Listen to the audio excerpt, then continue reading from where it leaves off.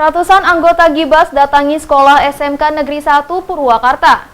Kedatangannya terkait laporan dari warga sekitar mengenai isu kejanggalan PPDB di sekolah tersebut, yang diduga banyak menerima titipan siswa baru, sehingga banyak warga terdekat tidak diterima masuk di sekolah tersebut.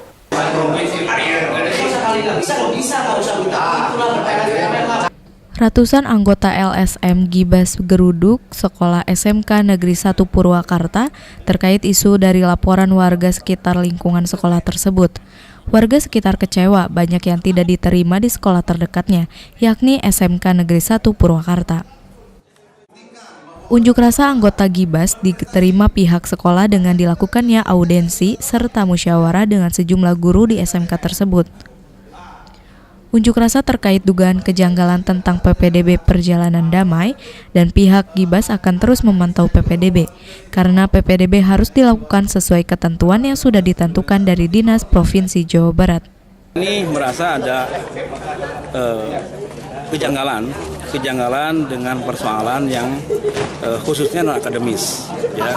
Karena non akademis ini rawan terjadi transaksional, penitipan, rekomendasi yang nggak jelas. Unjuk rasa ini merupakan kepedulian kita terhadap pendidikan di Kabupaten Purwakarta agar pelaksanaan PPDB berjalan dengan baik tanpa merugikan siswa lainnya. Dari Purwakarta, Jawa Barat, Ade Amirullah mengabarkan.